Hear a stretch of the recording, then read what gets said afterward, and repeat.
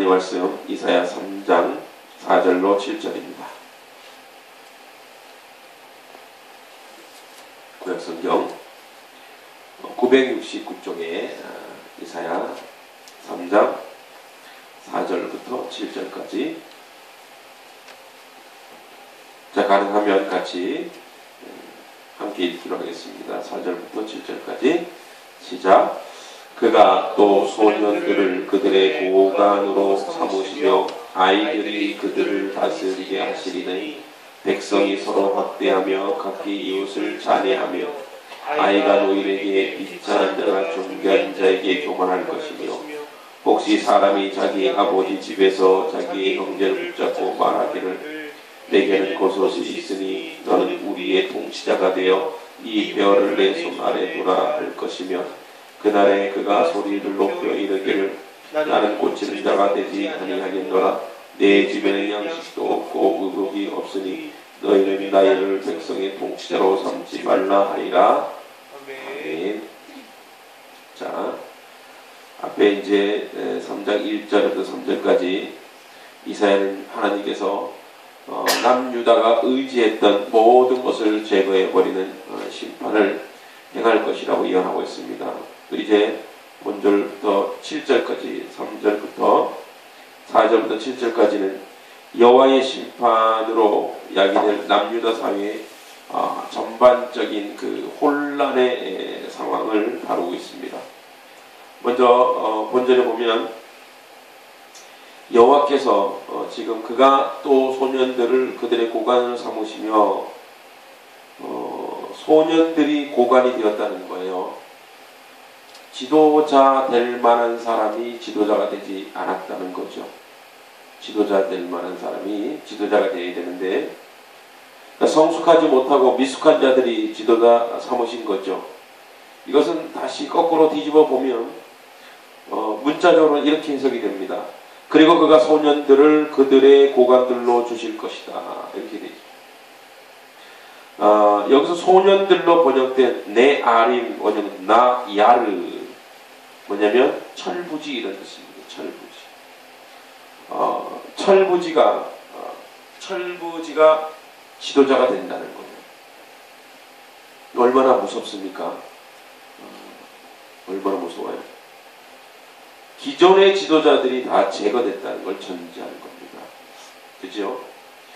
이 여호와께서 유다의 사회를 완전히 그 질서가 붕괴됨을 예언하고 있는데 이것을 역사적으로 므낫세가 12살에 등극하고 요시야가 8살에 등극합니다. 므낫세가 아주 악한 왕으로 유명하죠. 바로 이렇게 그 사회 질서가 붕괴되고 무너지는 겁니다.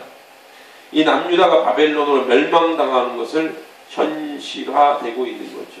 그 땅에 미천한 자들, 우매한 자들이 남아서 그야말로 총체적인 혼돈에 유다가 빠지게 됩니다. 어떤가요? 북한의 지도자가 김정은이라는 사람이 나이가 아주 연소하지요. 그러니까 본인이 하고 있는 것이 수많은 사람들에게 아픔과 고통을 주고 있다는 걸 전혀 모르는 거예요. 그리고 그 연소한 자에게 나라를 맡긴 국가는 황폐해질 수밖에 없고 그 백성은 고통받을 수밖에 없고 절망할 수밖에 없는 거죠. 자, 그 다음에 아이들이 그들을 다스리게 하시리니, 그죠? 소년들이 그들의 고관을 삼으시고 아이들이 그들을 다스린다. 아이들, 애송이들, 여기서 미숙한 애송이들 이런 뜻입니다. 이 아이들은 젖먹이들 이런 뜻입니다. 그러니까 변덕이 심한 이런 의미입니다. 그러니까 여호와께서 지도자의 자격이 될 자가 되지 못하는 자들을 지도자로 세운 사회는 혼란하고 무질서, 그 다음에 공황이 되겠죠. 견딜 수 없도록 이 사회는 무너질 수밖에 없을 것입니다. 그 다음에 그러니까 어떤 결과가 이루어지느냐, 5절에 백성들이 서로 학대하고 이웃이 서로 잔해하고 아이가 노인에게 비천한 자가 존귀한 자에게 교만할 것이며 붕괴가 현실화되는 거예요. 사회가. 그래서 5절부터 7절까지 앞서 4절의 결과입니다. 결과. 지도자의 자격을 갖추지 못한 어리숙한 자들이 사회의 지도자가 됨으로 말미암아 유다 사회는 비극의 상태. 그래서 약육강식의 동물적 본성만 설 것입니다. 그리고 이러한 사태는 바로 사회의 질서가 무너지는 것이고, 서로 어떤 상황에 서로가 서로를 학대한다. 백성이 서로 이 각기는 각자가 다 각기 이웃을 잔해하는, 이거는 하나도 빠짐없이 이 각자가 서로가 서로를 헐뜯고 물어뜯고 학대하고 잔인하게 그에게 해를 가하는 거예요. 오늘날의 우리 사회가 그저 묻지마 살인이라든지, 위층에서 아이들이 조금 시끄럽게 했다 와서 두 아이를 죽여버리는 사태가 벌어져요. 너무나도 서로가 서로를 미워하는 것이 당연한 걸로 여겨집니다. 당연한 걸로. 그것은 바로 뭐냐면 이 사회가 공황상태예요. 거꾸로 얘기하면 하나님이 없는 사회가 그런 사회라는 거예요. 하나님이 없는 사회. 교회도 마찬가지입니다. 교회도 질서가 없는 교회가 되면 안 돼요. 질서가 없는. 부디 저희 성도들은 그렇지 않기를 바라지만, 연수한 자는 어르신들에 대한 예의를 갖춰요. 왜냐하면 우리 왜 선생님 그러죠? 모든 어르신들은 선생님입니다. 왜냐하면 먼저 인생을 사셨거든요. 그래서 선생님이에요. 선생님. 그렇기 때문에 교회가, 물론 이 말은 여러분들보다는 사실은 젊은 청년들이나 교회 학교나 또 지금 젊은 세대들이 좀 들어야 돼요. 저도 그래서 깍듯하게 예의를 갖추려 최선을 다해서 노력합니다. 가능하면 저도 90도로 인사를 드리고 제가 할 수 있는 가장 커다란 예의를 갖추려고 노력을 하고 있습니다. 여러분, 하나님이 통치하는 곳에는 하나님이 왜 어떤 사람은 이 땅에 먼저 보냈을까요? 그리고 어떤 사람은 그 나중에 보내고, 다 이유가 있습니다. 하나님이 그 삶을 보고 그 삶 속에서 뭐냐면 예를 갖추면서 어르신을 공경하는 것이 그냥 유교의 무슨 구닥다리가 아니에요. 내 부모를 공경하라, 계명에도 나오는 거예요. 오늘날의 산업사회가 되고 정보사회가 되면서 과거에는 농경사회에 어르신들이 대우받죠. 왜냐하면 그들이 바로 지혜거든요. 뭐 뿌려라. 근데 오늘날에는 이제 그분들이 가지고 있는 생산 능력이 떨어졌다고 하여서 그들을 천대하고 멸시하면 동일하게 자기도 멸시받습니다. 왜냐하면 우리도 나중에 노인이 되고 나중에 나이가 먹고 그러니까 그 공경, 이 사회가 그런 어르신을 공경하는 사회가 되지 않아요. 그것은 하나님이 보시기에 악한 거예요. 여기 나오잖아요.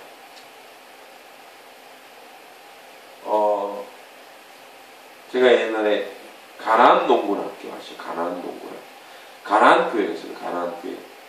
원래 이제 창시한 김용기 장로님인데, 제 남동생 이름이 김용기인데, 이름이 똑같습니다. 김용기 장로님. 그 아드님이 제가 옛날에 한번 장신대 오셔서 붕해한 것 같아요. 아드님. 거기서 하는 운동이 효운동이에요. 효운동. 그래서 부모에게 잘하는. 참 그러고 보면 저도 이런 말 하는 게 참 부끄럽습니다. 저희 어머니에게 제가 말하는 거나 대하는 거 보면. 바쁘다는 핑계는 되지만 먼저 전화를 드려야 되는데 항상 어머니가 먼저 전화를 하죠. 죄송스럽기도 합니다. 그러나 하나님이 이 땅을, 우리나라를, 우리 교회를 통치한다면 여기 있는 말씀처럼 뒤집어지는 백성이, 노인이, 비천한 자가 거꾸로 가게 돼요. 그렇게 되면 그 나라는 하나님이 통치하는 나라가 될 수 없어요. 단순히 그냥 유교적으로 예의를 지키는 이 개념이 아니라 하나님 왜 먼저 보내서 우리 그분의 삶을 통하여 하나님의 빛을, 또 하나님의 은혜를 간접적으로 우리가 배우는 거예요. 여러분, 왜 육신의 부모를 우리에게 주셨는고 하니, 이 땅에서 우리가 보이지 않는 하나님을 공경을 잘 못하니까 하나님이 대신 하나님의 대리자를 보내주셨으니 그가 부모요, 그가 어르신들이에요. 그들에게 공경해라. 그래야지 전능자 하나님에게 너희들이 공경할 것이다. 내 부모에게 그렇게 하지 못하면서, 교회 어르신들에게 그렇게 하지 못하면서 어찌 보이지 않는 하나님께 우리가 경외하고 공경한다고 합니다. 하나님을 잘 믿는다고 하면서, 하나님을 경외한다고 하면서 가까이 있는 내 이웃, 특별히 너의 부모와 그리고 교회의 어르신들, 주변의 어르신들에게 인사도 제대로 하지 못하는데 어찌? 여러분, 사실은 다른 거 하나도 없어요. 뭐 돈 있어서 어른들한테 매일 무슨 뭐 고기를 사드릴 수 있습니까? 뭐 코미디 나오잖아요. 소고기 사 먹겠지. 이 말 나오죠. 그죠? 맨날 소고기 사드릴 수 있어요? 없죠. 정말 그보다 더 중요한 건 뭐냐면 각자씩 인사입니다.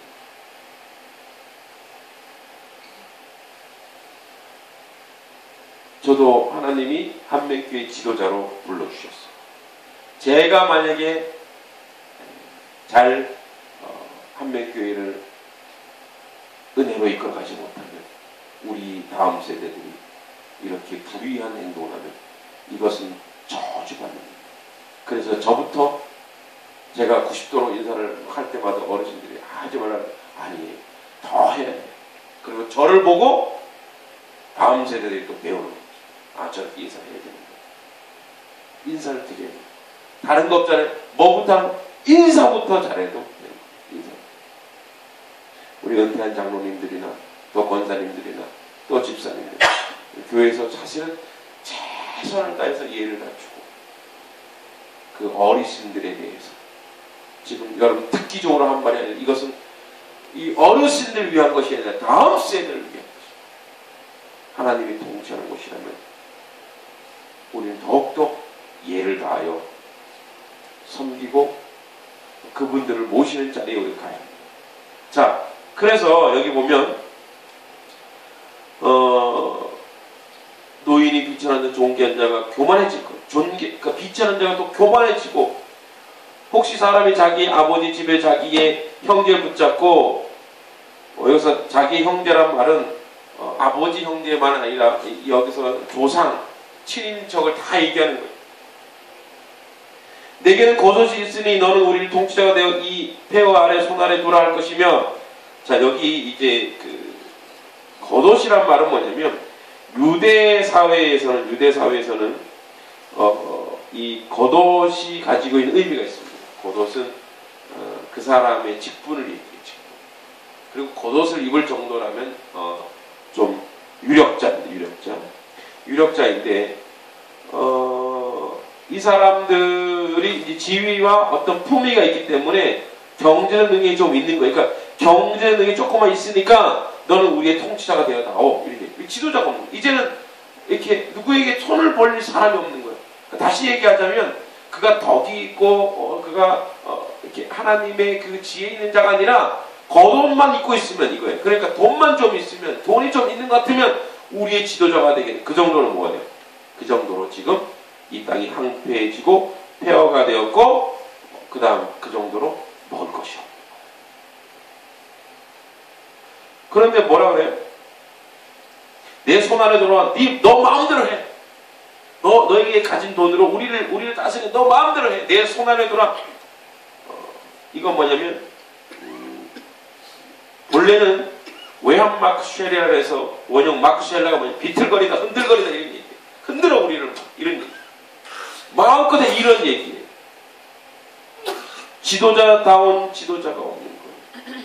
아버지 그런 지도자가 없기 때문에 이런 사람들, 그러니까 하나님께로 가지 않고 또 이들은 그 손 아래 그런 사람들 아래 이렇게 할 것이라니. 그리고 그날 그가 소리 높여 이르기를, 나는 소리 높여 이르기를. 이 소리 높이다는 건 뭐냐면 그냥 소리 높여 이르는 것이 아니라 완전히 저항하는 거. 그가 항거하는 거래요. 야, 웃기는 소리 하지 마. 왜 이래? 나는 고치는 자가 되지 않겠다. 내 집에 양식도 없고 의복도 없으니, 진짜 없을 수도 있지만 너희는 나를 백성의 통치 삼지 말아라. 아주 즉각적으로 자신의 단호한 의사를 밝히는데, 여기 나는 고치는 자가 되지 아니하겠네. 부정어 로가 몇 번이나 사용됩니다. 바로 뭐냐면 나는 냉정하게, 나는 됐어, 나는 못해. 그러니까 민심이 이제 어떻게 되는 거예요? 민심이 없어지는 거예요. 그러니까 거부하는 거예요. 됐어, 나 먹고 살기로 바빠. 이런 사회, 이런 땅이 된다는 거예요. 여러분, 저는 6.25를 겪지 않았습니다. 6.25를 겪으신 분들이 있으시죠? 6.25 때 수십만 명이 북에서 피난 왔어요. 그런데도 이 땅이 먹고 살았어요. 그렇죠? 어떻게 먹고 살았을까요? 나누었죠. 나누었습니다. 예수원의 토로의 신부님 목사님이라는 그분이 그렇게 말씀하셨어요. 한국이 축복받은 이유는 자신들도 모르게 하나님의 계명을 순종했다. 뭐예요? 고와 가부와 압제된 자를 너희가 그들에게 도움을 주라. 이것을 우리의 그 과거의 정문화라 그런가요? 그래서 북녘에 수십만 명이 남한으로 내려왔을 때 그들과 함께 먹고 살았다는 거예요. 먹고 살았다. 함께 있는 거 나눴다는 거예요. 그렇기 때문에 하나님이 오늘날 이 정도로 이 땅, 이 조국을 잘 살게 해주셨다는 거예요. 지금 우리 어쩌고 있습니까? 지금 나누고 있습니까? 여러분, 나누는 거는 있어서 나눈 것이 아니라 있는 것을 떼는 거예요. 있는 것을 자르는 게 나누는 거예요. 있으면 나눠야지. 절대 나누지 못합니다. 곳간에서 인신나지요. 마찬가지로 나에게 있는 것을 나누는 거예요. 있는 것을. 뭐 요즘에는 그런 것이 문화운동을 재능 기부도 하고, 제가 그래서 이제 우리 학생들 가르치는 아이들한테 봉사활동 의무적으로 우리 교회 와서 해라. 그래서 지금 이제 교회적으로도 또 행정적으로 갖추기 위해서 이제 우리 교회가 봉사할 수 있는 기관을 등록을 시키려고 하고 있습니다. 어른들도 와서도 봉사해도 된다는 거예요. 왜냐하면 자기가 봉사한 시간만큼 나중에 연로해져서 자기가 봉사 받을 수 있다는 거예요. 이러한 사회는 뭐냐? 하나님이 통치하는 사회는 자기 것을 나눌 수 있는 거예요. 도덕과 윤리의 문제가 아니라 하나님의 통치와 질서의 문제인 겁니다. 다시 얘기하면 여기 있는 4절부터 7절의 얘기는 바로 만군의 여호와께서 떠난 그 자리에는 이런 일들이 벌어집니다. 우리 한백교회가 하나님이 통치하는 교회 되기를 저는 정말 간절히 바랍니다. 그러면 그 사회는 어떠세요? 어른을 공경하고, 어른들은 그 덕과 그 은혜로 아랫사람들을 배려하고 인내하고. 여러분, 어르신들의 은혜는 뭐냐면 살아온 인생을 그 후손들의 유전으로 나눠주는, 거룩한 유전으로 나눠주는 거예요. 그리고 자녀들은 거기에 순종하는 거죠.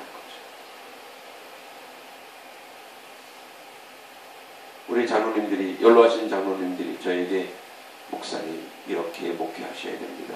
그럼 저는 아멘으로 순종하고 내가 목사인데, 이거는 바로 뭐냐면 하나님이 없는 자예요.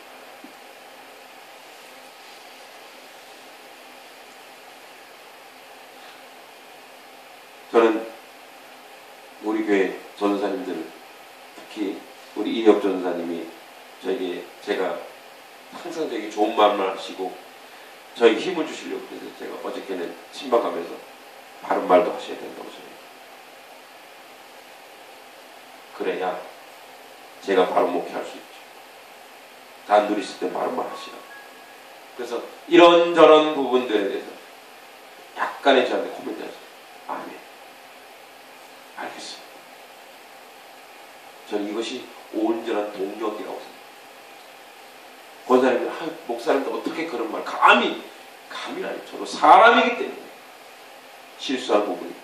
그런 부분에 대해서 알려줘 제가 알겠습니다. 기분 나빠하지 않습니다. 왜냐하면 저는 완벽한 하나님이 아니니까. 그렇기 때문에 그것을 고쳐나가는 겁니다. 그러한 교회가 돼야지, 이것이 바로 하나님이 통치하는 하나님의 교회로 조화를 이루고 합력하여 선을 이루는 줄 믿습니다. 오늘도 신방이 있습니다. 부족한 종을 위해서 기도해 주시고, 우리 목사님 바른 목회할 수 있도록, 온전한 목회할 수 있도록, 또 저는 여러분들의 삶의 영역에서 온전해질 수 있도록 하나님이 통치하는 교회로 드러나는 게 뭐냐, 여기 나오잖아요. 어른들을 공경, 내 것을 나누고 함께 이해하고 배려하는 그런 교회 되길 주의 이름으로 축원합니다. 기도하겠습니다. 하나님, 주님 아버지, 여호와가 떠난 나라와 백성은 서로 자리하고 서로 헐뜯고 서로 아버지 하나님 주여 이해하지 못하는 차이가 됩니다. 만약에 아버지 우리 한명교회 그렇게 된다면 하나님이 없는 교회가 됩니다. 아버지, 그런 자리에 다시는 가지 않게 하시고 서로 이해하고 서로 사랑하는 그런 교회 될 수 있도록 주님 인도하시고, 어른을 공경하며 자녀들은 순종하며 아버지 어른들을 이해하고 배려하는 자리에 설 수 있는 교회 될 수 있도록 인도해 주시고, 우리 것을 나누는 자리에 설 수 있는 교회 될 수 있도록 인도하여 주시옵소서. 예수님의 이름으로 기도했습니다.